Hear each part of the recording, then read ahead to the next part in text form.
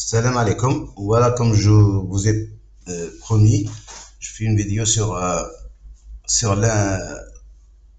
sur l'inclusion d'un package dans LAMP. Voilà, moi je l'ai perdu, donc je vais le réinstaller. Bah, vous connaissez cette partie. Je télécharge LAMP pour ceux qui ont raté quelque chose. Donc je télécharge la dernière version.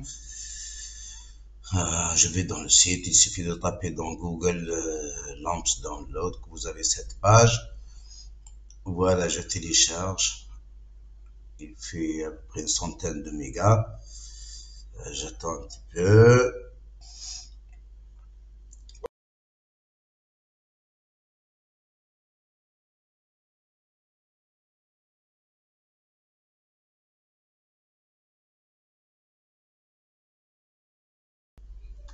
Voilà, je vais dans le répertoire où j'ai téléchargé la version et je vais le dézipper.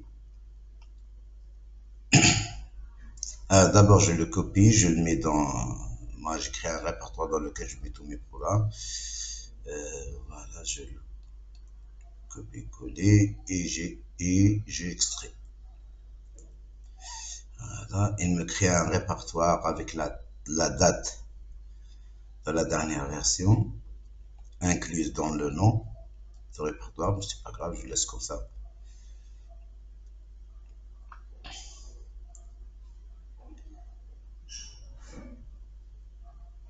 Voilà, je vais dedans, je vais chercher le répertoire SRC dans lequel j'exécute la fenêtre de commande, bouton droit, toujours bouton droit, je crée, j'exécute la terminale et je tape la commande make serial. Voilà, j'ai tapé R en plus, il y a une erreur. J'arrête et voilà, je reprends. Voilà, ça prend quelques minutes. Donc là, j'arrête la vidéo, je reprends après.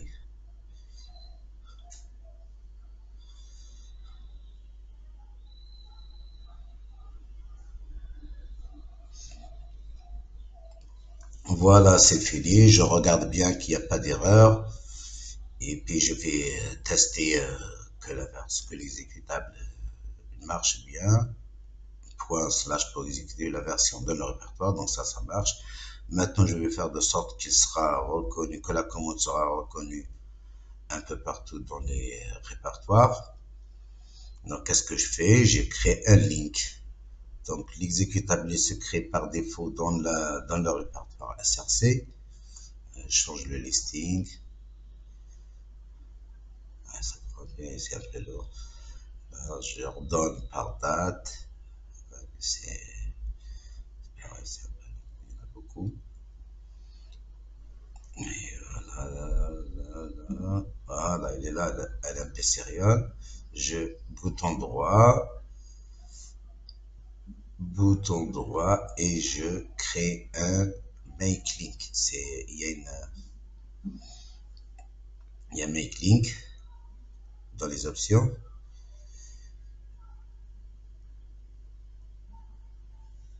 Make link, couper, je le coupe, je vais le transférer dans le home et dans le sous-répertoire bin. Mais là, oui, comme j'ai réinstallé Ubuntu sur une autre machine virtuelle, j'ai plus bin. Donc je vais le créer.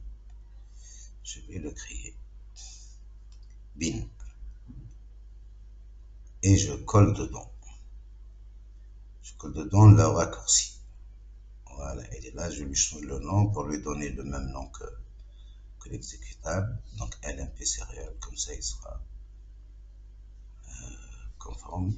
Voilà, après maintenant bin il n'est pas encore dans le path, il faut que je redémarre, mais moi sans que je démarre, je peux taper cette commande pour que ça sera valable dans cette fenêtre. LMP serial, voilà, ça marche. J'ai tapé sans le point / headec. Ok, donc maintenant je retourne, je vais dans un exemple et je vais essayer de tester un exemple. Voilà, c'est des examples. Voilà, voilà tous les exemples. qui sont disponibles dans l'OMS, ils sont là. Par exemple, je vais tester celui qu'on a testé pendant le TP, colloïd. CD colloïd, il est là, il est où, il est où?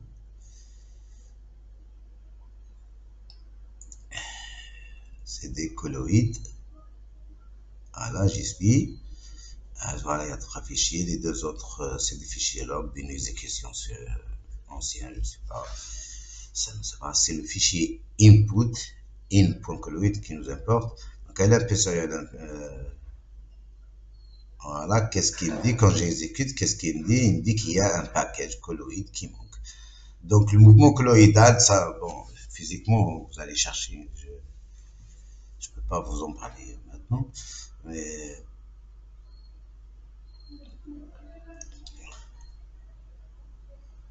voilà. Donc, les packages, il y en a beaucoup. Il y en a pas que celui-là. Il y en a d'autres. Voilà, dans le manuel de l'OMS, vous pouvez jeter un coup d'œil. Il y a tous les packages qui sont disponibles. Ils sont là. Entre autres, il y a notre package colloid qui est là. Celui-là. Si on veut avoir des détails, on clique dessus, on regarde, il y a des détails. Maintenant, pour installer le package en question, je vais dans la partie Building Lamps. Voilà, je regarde la manière pour installer un package. Donc là, la première page, c'est par défaut, parce que ça a changé depuis, c'est lorsqu'on utilise la commande cmake. Cmake, c'est une nouvelle façon pour compiler le code. Maintenant, il y a la méthode traditionnelle make. Voilà, les commandes sont là. Donc, pour inclure un package, on met make yes tiré et le nom du package. Make yes, si on veut l'enlever, on met no. C'est tout simple. C'est juste ça. Allez, je tape, mais il faut que ce soit toujours dans le répertoire, ce répertoire src. Donc, je retourne dans src et je fais make yes colloid. Il faut faire attention à la case parce que c'est important. Colloid, c'est en majuscule. Voilà, et il me dit voilà, installer le package. Et après, je refais la même commande. Ça y est, le mec, là, j'ai fait une erreur parce que j'ai rajouté un. Voilà, je reprends. Et ça tourne.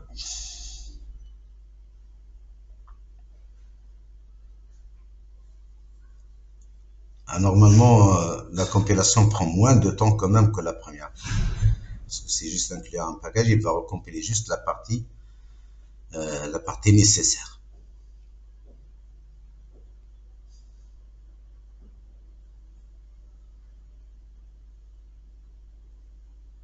Voilà, c'est fini, il n'y a pas d'erreur. Un nouveau exécutable est généré. Mais comme moi, j'ai un raccourci dans le bin, donc j'ai rien à refaire. Parce que le raccourci, il va taper sur le nouveau fichier qui s'appelle pareil. Donc j'ai rien à modifier par rapport à ça. Donc maintenant, je retourne dans mon exemple, dans le répertoire de mon exemple, et je tape la commande lmp serial 1, voilà, et ça marche. Donc là, les données qui sont demandées dans le fichier in, glog,